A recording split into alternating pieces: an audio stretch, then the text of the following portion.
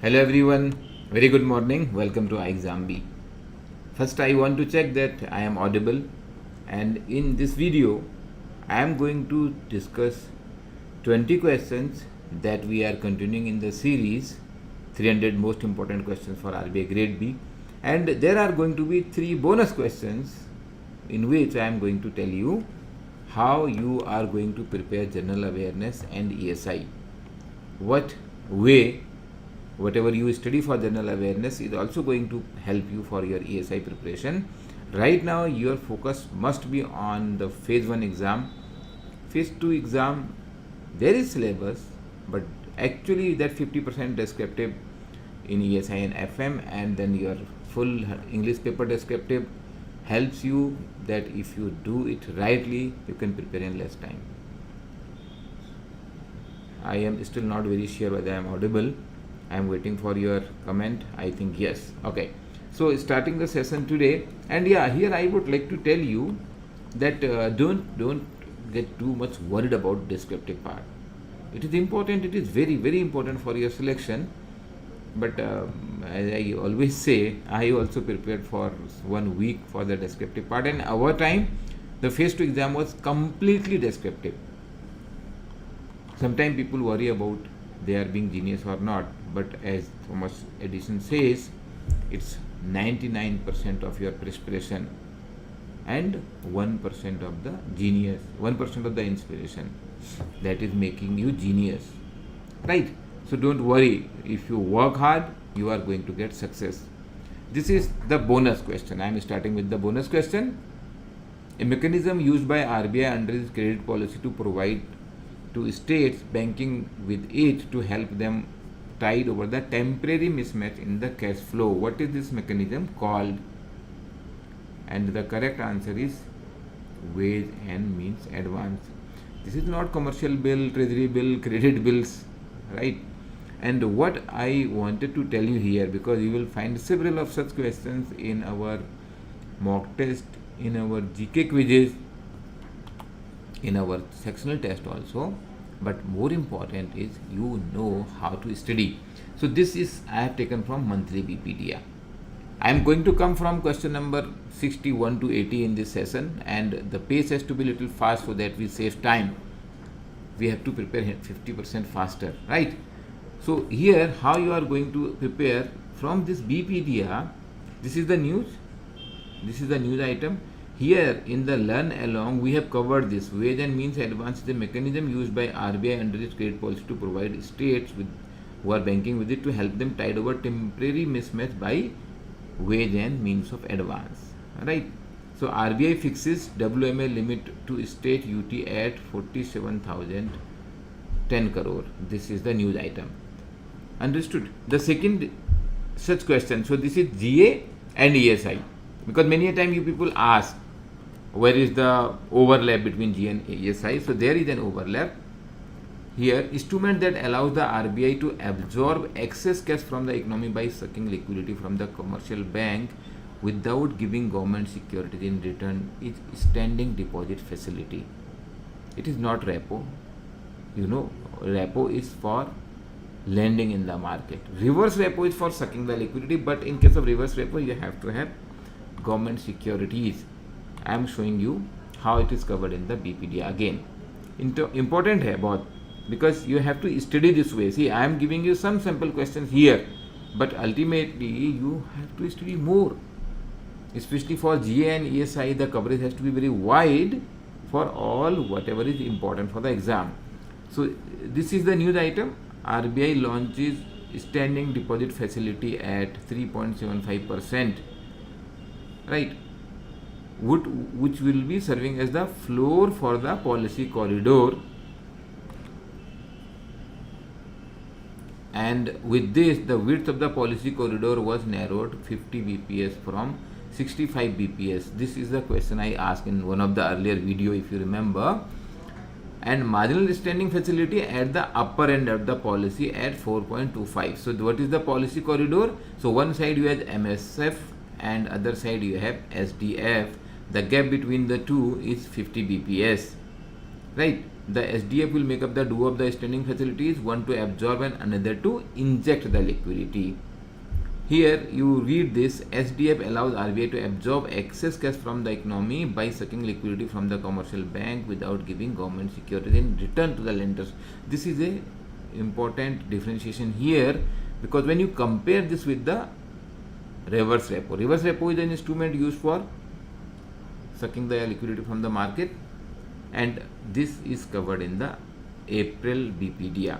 This BPDA is available to you for free, but who will do the study? You will do the study, right? Okay, so then you read it all in well. I will go to the next question, but before that I am coming to this, because it is very important for you to know all these important policy instruments and their rate: reverse repo rate, SDF rate, repo rate which has been increased 40 bps now, MSF and bank rate. Please remember these for exam. And this is the difference between repo and the standing deposit facility, that in a standing deposit facility you do not need any government securities. The bank can place deposit with the RBI on an overnight basis. RBI, however, retains the flexibility to absorb liquidity for longer tenure under the SDF with appropriate pricing as and when the need arises. So suppose there is an urgent need tomorrow, RBI may change this. MSF is a window for bank to borrow. Don't get confused. So MSF is for borrowing by the bank. SDF is placing the money with RBI. So here this is providing liquidity in the market in an emergency situation when interbank liquidity dries up. And here also in case of MSF, there has to be pledging of the government securities at a higher rate than the repo rate. Of course, MSF banks can borrow fund up to 1 percentage point of their NDTL. So there is a limit in the MSF. And when banks are keeping money with RBI, so RBI need not to give them any securities. Try to understand, because RBI is the central bank of the country, and that's why there is a standing deposit facility. But when banks are asking money from RBI under MSF window, marginal standing facility window, banks are supposed to give the securities for taking that money. And that is how you have to read the BPDA. Which of the following does not form a part of the fiscal policy? Okay, you people are participating. I am happy to see you here. Ayush, Santosh, Ninad. Okay, there are too many of names, so I will just comment if you have any question. Which of the following does not form a part of the fiscal policy? A very, very easy question, I would say. And the correct answer is SLR, guys. SLR is not. What is the confusion? SLR is a monetary policy instrument. What is a monetary policy and what is a fiscal policy? Briefly, it is mentioned here in, again, April BPDA. Fiscal policy addresses taxation and government spending, and it is generally determined by government legislation. So understand the difference between these two important policies for managing the economy of the country. For fiscal policy, which is decided by the Ministry of the Finance, Government of India, and monetary policy, which is by RBI, the central bank of the country. So these two are different instruments, and both are important.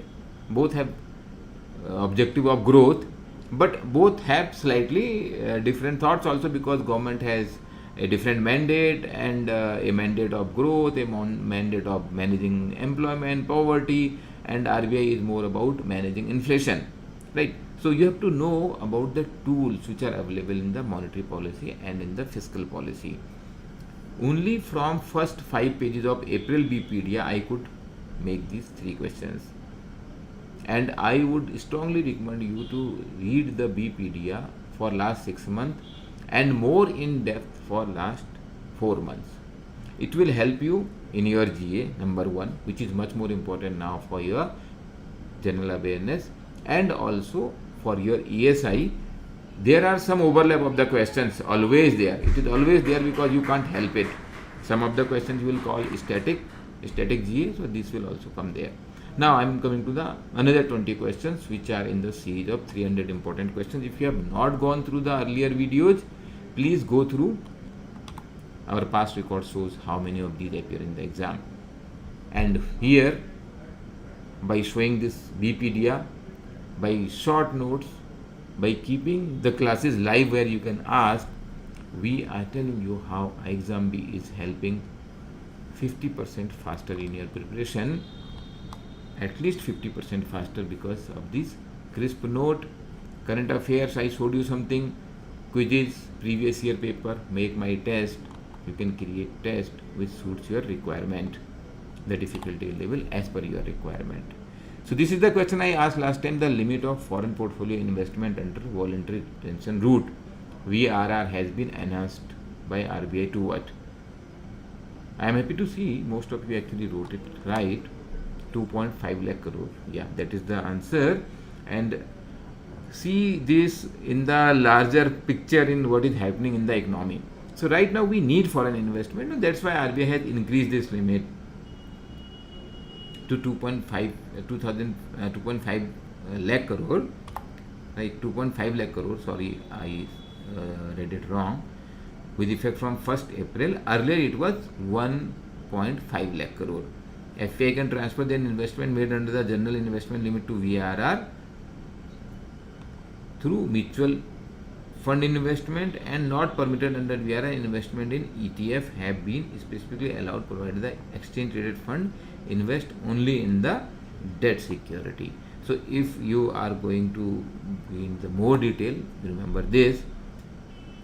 Next question, and you participate also. RBI allowed facility of lending by banks to NBFC for on lending purpose. In PSL, priority sector lending, this is an important tool that RBI lends to NBFCs, and then NBFCs in turn lend in the market, say to lower income group, to farmers, housing finance, etc. Whatever all comes in the priority sector lending. Allowed up to what percent of the total PSL? So now you can bank can lend it to NBFC, but maximum up to 5% of the priority sector lending.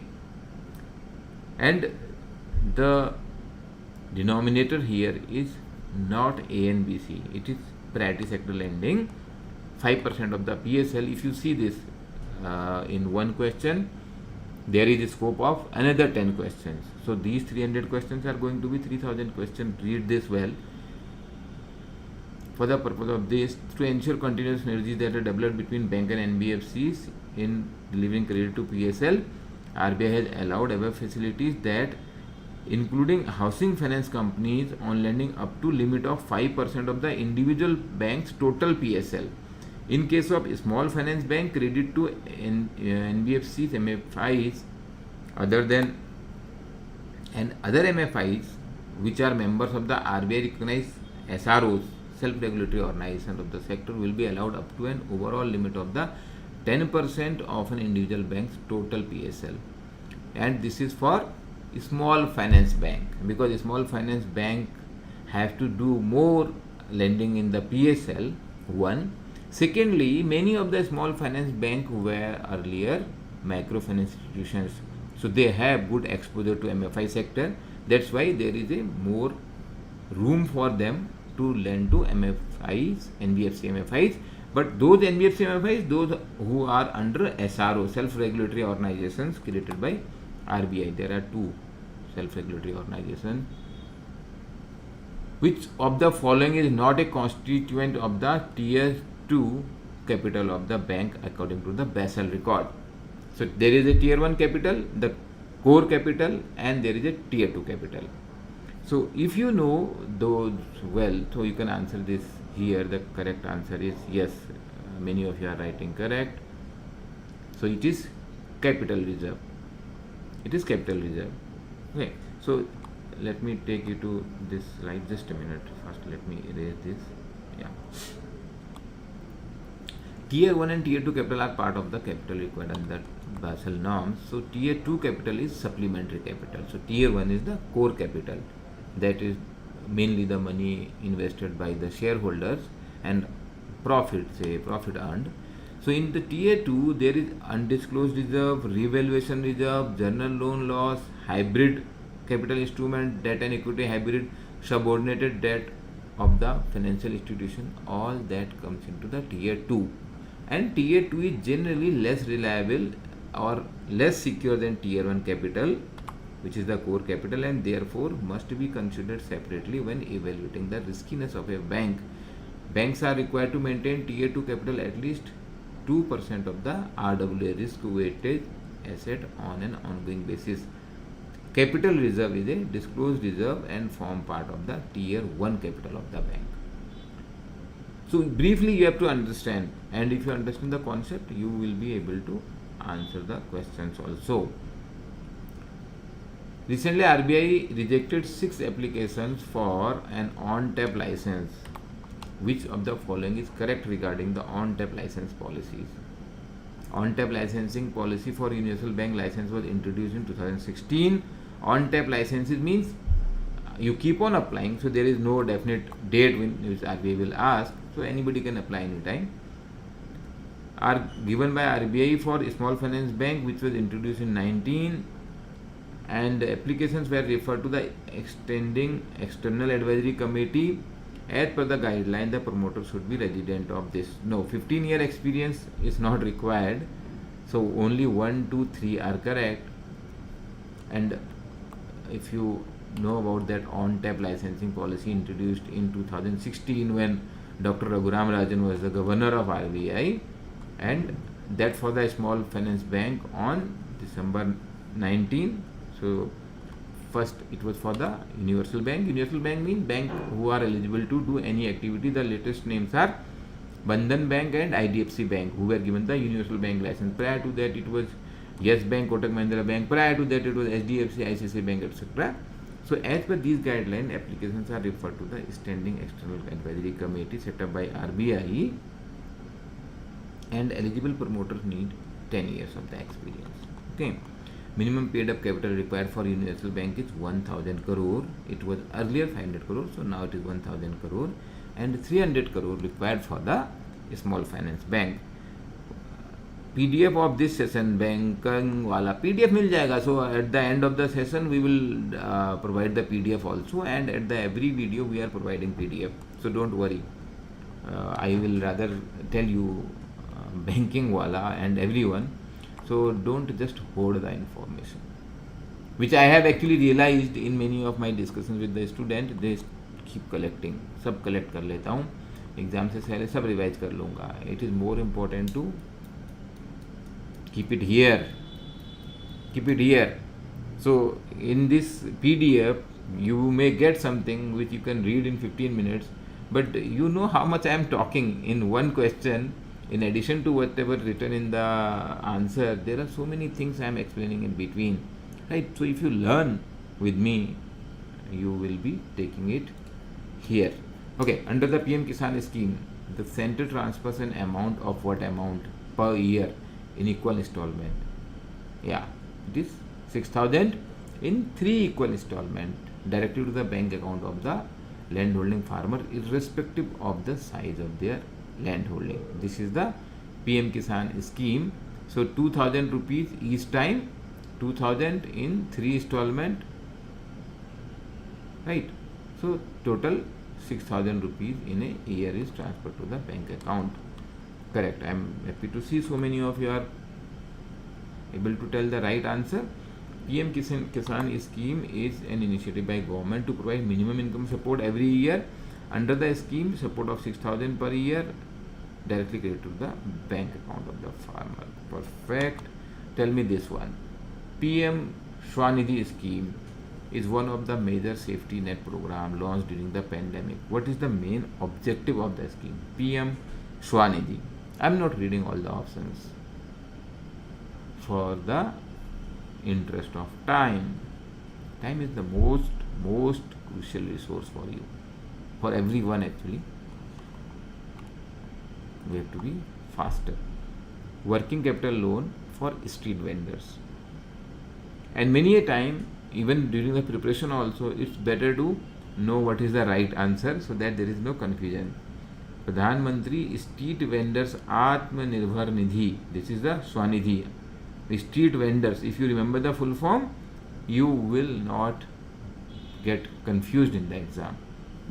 Was launched by Ministry of Housing and Urban affairs to enable street vendors to resume livelihood which were adversely affected in the pandemic. Under the scheme, collateral free working capital loan up to rupees 10,000 are given to the street vendors.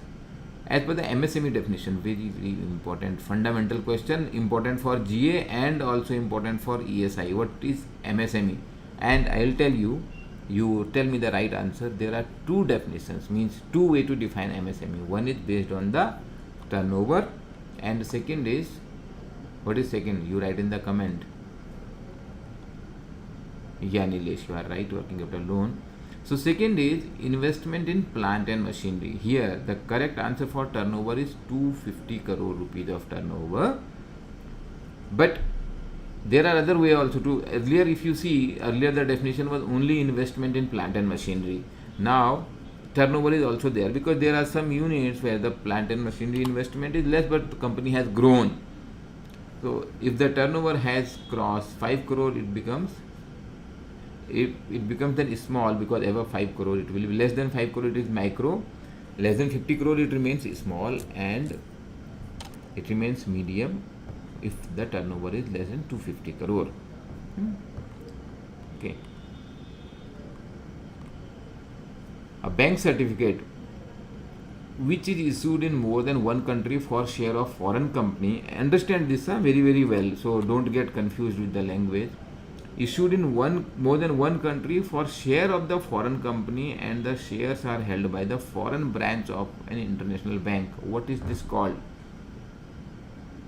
A simple question, but maybe sometimes seeing the language you may get confused. It is simple one. You heard this ADR and GDR. So this one is GDR, because what is it in more than one country? Global Depository Receipt, GDR. When such certificate is issued in America, it is called ADR, American Depository Receipt. Simple. Why this is used? Suppose there is a company here and they want to raise money from abroad and they are not listed in abroad. I do not know if I take, say example, Kotak Mahindra Bank, but I am not sure, I am just giving an example. And they want to raise money from outside. They are listed in India but not in outside. So Citibank buys share of Kotak Mahindra and start selling a bank certificate against that share in global market. If it is selling in France, in London, so that is called GDR, including in USA. But if it is selling in US exchange, and these are traded in exchange, because from exchange only people will participate in buying this ADR or GDR. So if it is listed in US exchange, it is called ADR. If it is listed in many exchanges globally, it is called GDR. And at the underlying is the shares held of that company. So if the share is selling in United Kingdom, so the company is a foreign company for them. If I am talking about Kotak Mahindra Bank, so for them it's a foreign company. So one company can take money from outside by getting listed without getting listed there with the help of a bank. So their ADR, so GDR getting listed there. Okay. Yeah, hello Batsa. Batsa is saying hello sir. Sanjeev, okay. Good question. Short-term money market instrument CBLO has been replaced by which of the following? RBI replaced CBLO by TREPS. TREPS is tri-party repo. It's a repurchase. Repo full form is repurchase. Repo transaction in which the management of the collateral is delegated by the borrower and lender to a third party, and this third party is CCIL, which act as a tri-party repo agent and also offer tri-party repo in government securities. So 2018 this CBLO is discontinued with TREPS. Again it can be a GA and ESI question. RBI has kept the aggregate exposure of NBFCs, which are the upper layer, towards a single borrower group to be effective from which date? So there is always a group exposure limit or single borrower exposure limit, both. So single borrower exposure or a group. See group, how do you define a group? So there are so many companies, say in Tata Group, Reliance Group, but a single borrower is one company or maybe one individual. So higher exposure will not come for a individual borrower in most of the cases. It will be a company. So the cap here, which is going to be executed from 1st of the October, is 25% is the single borrower limit. It is increased from 20% to 10%, and it will go to additional 10% in case of the infrastructure. Suppose the company is infrastructure company, the loan is going for infrastructure purpose. GVR, which is managing airports, so that is an infrastructure company, or L&T has many infrastructure projects. So there RBI has allowed more single borrower limit. Why such limits are there? Because these are offering otherwise concentration risk. Do you know concentration risk? That all eggs in one basket. So a company, in this case it is a lending company, NBFC, or it may be a bank. So if they lend every thing to one entity, or they have very very high exposure to one entity, something happens to that entity, there are failures in every business. You must be remembering the latest one is Kingfisher Group, UB Group. So otherwise, suppose one bank has all 90% of its exposure to Kingfisher Group. So with Kingfisher Group, that bank also or that NBFC also goes. That's why there are these exposure limit. Remember this. For bank also you must remember. A farmer distress index is being created to identify the farmers who are in real need of the support by taking into account various high frequency data on weather conditions, debt burden of the farmers, agriculture, commodities and the market. This index is created by which institution? Farmer Distress Index. And in this question there is a good amount of information about what is Farmer Distress Index meant for. That may be the question in the exam, and the right answer here is NABARD. Because NABARD noticed that there are many farmers who are not getting benefits of marginal farmers, small farmers who are not getting benefits of loan waivers because of the high distress here. So this index will integrate high frequency data on weather conditions, that is soil moisture, area under irrigation, yield of agriculture commodities, etc., so that they can get the benefit of loan waivers. Yeah, it is correct. I am happy to see so many of you are writing E. As per the priority sector lending norm by RBI, scheduled commercial bank, the exposure to the small and marginal farmer under the agriculture has to be increased in a phased manner to what percent? So you have to know what is the limit today, and by 23-24 how much it is going to be. The correct answer here is 10% PSL target for domestic scheduled commercial bank, excluding RRB and small finance bank. I told you in another question, for RRB and small finance bank there are higher target. So for bank, remember this, this is one of the pet question comes in many exam, including in RBI Grade B. 40% of ANBC full form, please write down. I will tell you in this video also, those who don't know, and also write down ANBC or CEOEB. Many times people forget that.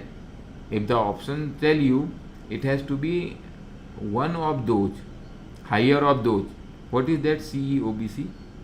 I want to see. So meanwhile I am telling you, for agriculture, so today it is 9% for this year. It was 8% last time for small and marginal farmer under agriculture. From 8 to 9, then 9.5 by 22-23, and by 23-24 it has to go to 10%. Okay. Likewise, for weaker sections, 10, 11, 11.5 and to 12%. Because PSL targets are very very important. Micro enterprises, it remains same, and everywhere the denominator is ANBC or CEOBE. CEOBE. ANBC is what? I am waiting for your comment, and I am sure some of you will write CEOBE also.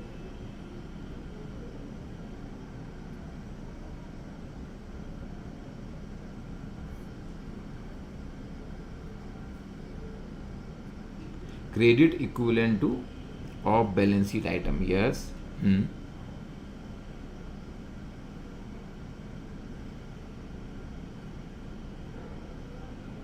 And A and B, C.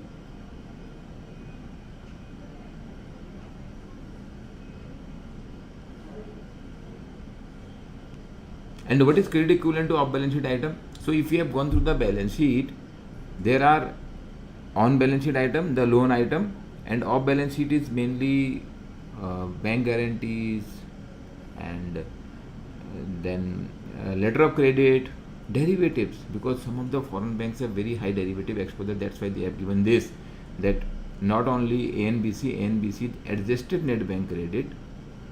Okay, so adjusted to what, I am not going to the formula, and higher of these becomes the denominator. Remember this also, and remember the all PSL target. Which of the following is correct about the Finance Commission? It's a policy think tank of the Government of India, not a constitutional body. A strong statement. So here you have to know, is it a constitutional body or not? And what about the Niti Aayog? There comes the confusion. Yes, Nilesh, Mukesh. Now Mukesh is also writing on credit equivalent of balance sheet exposure. I hope you understand. This is also good answer. Determines the principles of governing the grant of aids to the revenues of the state of the Consolidated Fund of India. It recommends the distribution between the union and state of the net proceeds of the taxes and the principle guiding them. So B and C are correct, but it is a constitutional body. Unlike Niti Aayog. Remember that Niti Aayog is not a constitutional body, while Finance Commission is established by President of India under Article 280 of the Constitution. And the main work of the Finance Commission is to this, because central and state, they always have struggles for resource allocation, so it helps there. Yeah, Nilesh. In risk management, Basel II Advanced IRB, Advanced IRB. IRB is internal rating based approach, is used for measurement of what? So it is rating based approach, right? So then the advanced approach. So rating is done of the various risk portfolio, credit portfolio, where you are giving the loan. Advanced, under the advanced rating based, advanced internal rating. Internal means it is done by the bank internally rather than a outside rating agency. We know many a time we get the loan also, or any credit exposure also being rated by the outside agency. So bank can use their own quantitative models to estimate the, these are important for phase 2 now, PD, EAD and LGD, probability of default, exposure as default, loss given at default. So probability of default measures what is the chances of that loan getting defaulted. EAD is exposure at the time of default, how much exposure is going to be there, and LGD is what is going to be my maximum loss. So even if my exposure is 100 crore, but I know that I have secured 20 crore by so and so, so my loss at the time of default is going to be 80 crore. So these parameters are required for calculating the credit risk. Yeah. Which of the following statement is correct about TRIFED? Was set up in 1997. It's a national level apex body created under the Multi-State Cooperative Act. It comes under the Ministry of Tribal Affairs. It's all correct. All are correct here. So 87 set up as a multi-state cooperative societies after the enactment of the Multi-State Cooperative Act of 2002, deemed to be registered under the latter act and also listed in the second schedule of the act as a national cooperative society. 75 question, which of the following is not a member of SAARC? It is a pure GA question for the phase 1, and SAARC countries are, Myanmar is the answer here, correct. Afghanistan, so remember in alphabetical order, Afghanistan, Bangladesh, Bhutan, India, Nepal, Maldives, Pakistan and Sri Lanka. And secretariat of SAARC is in Kathmandu, Nepal. So we have to know these kind of static GK. Bond which is issued to finance project that generate environmental benefit and reduce carbon intensity is known as. A simple question, again it has been touched up in the recent budget. This is called green bonds. And green bond is a type of bond to finance projects that are going to be green project for the environmental benefits such as renewable energy, energy efficiency, clean transportation. EV also will come in that. Under the disclosure requirement of the issuance and listing of green belt securities by SEBI is defined as debt securities that will be listed of the project under this. So clean transportation, sustainable water management, drinking water, water recycling, climate change adaptation, energy efficiency, sustainable waste management, sustainable land use, biodiversity conservation. In the recent budget, government has stated that sovereign green bond will be issued for mobilizing resource for green infrastructure. So sovereign bond, green bond also have been talked in the recent budget to reduce the carbon intensity of the economy. Yeah. Which of the following is not one of the four priorities on which the budget proposal of 22-23 rests? And this is going to be the tough one for you. I am telling you, because here the answer options are going to create the confusion. So you have to be really careful about such tricky questions. I am going to see how many of you mark it correct. Question number 77.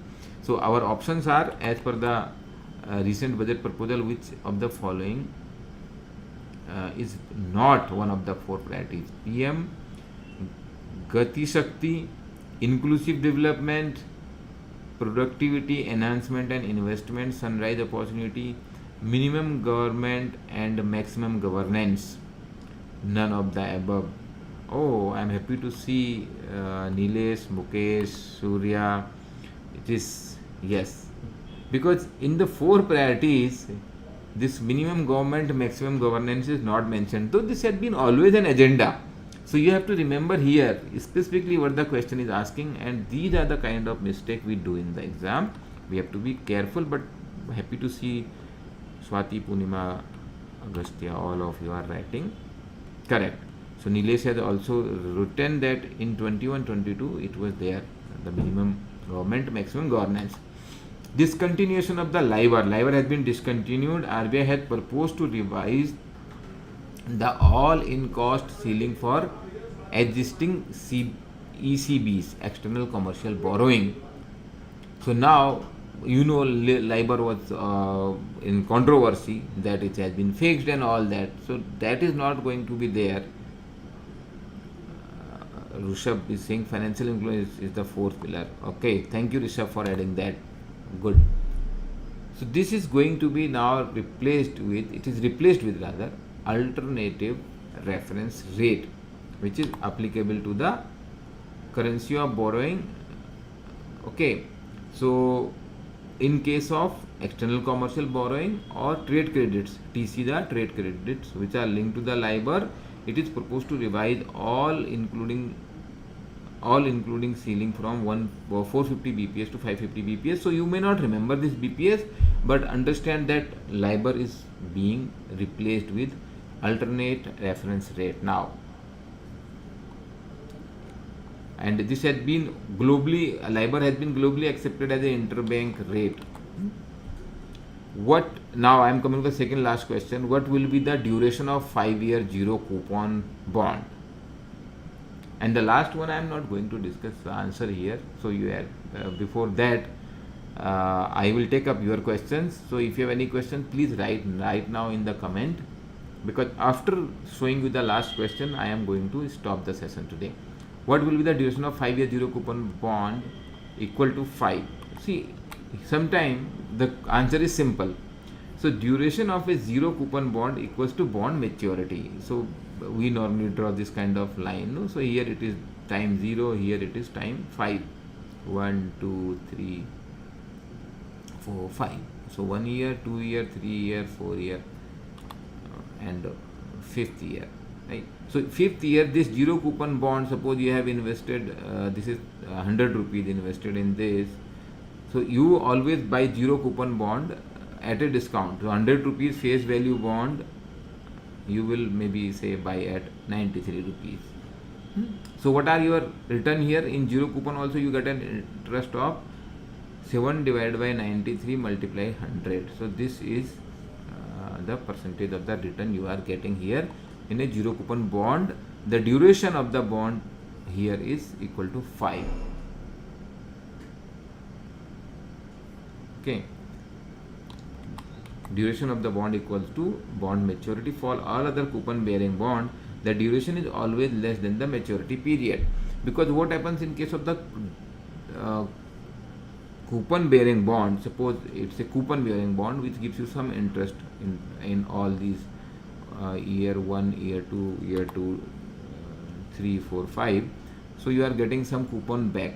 That reduces the duration, because if the cash flows are coming earlier, that reduces the duration of the bond. Okay, but in case of zero coupon bond, there is zero cash flow during the life of the bond. That's why it is equal to 5. Okay. Good morning, sir. I got half an hour late for the session, but I was eagerly waiting for the session. Important SQ as well as 80% question GA. Yes, Rijwan, thank you for your comment. Not a worry, you have all these recorded sessions. This is the 4th one about these questions. You may go through with the earlier one also. If any question for me. So what is the zero coupon bond? Harish, I explained what is the zero coupon bond, which does not give you any coupon, and how do you earn in that? By buying it at a discount. So that is what I explained just now. Okay. Any other question? Then I am coming to the last question for you, which you have to answer. You answer right now in the comment, or those who are watching videos later are also going to write it there. But I will discuss this question in the next video. Yeah, zero interest. So this is the last question. What is the limit up to which a deposit taking NBFC can accept deposit?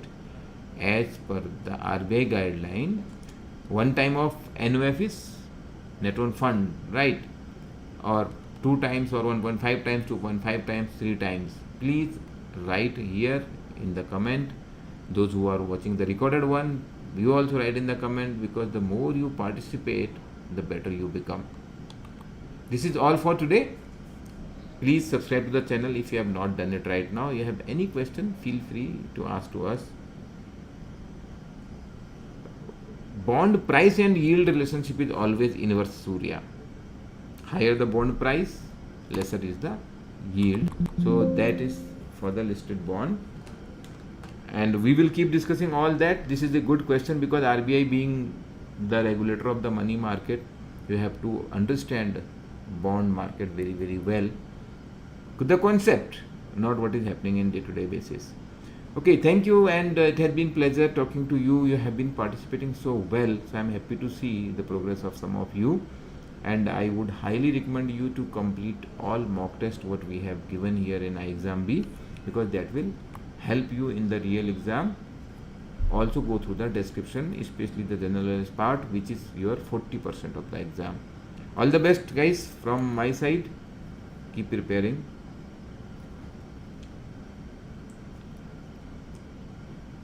Okay, bye bye.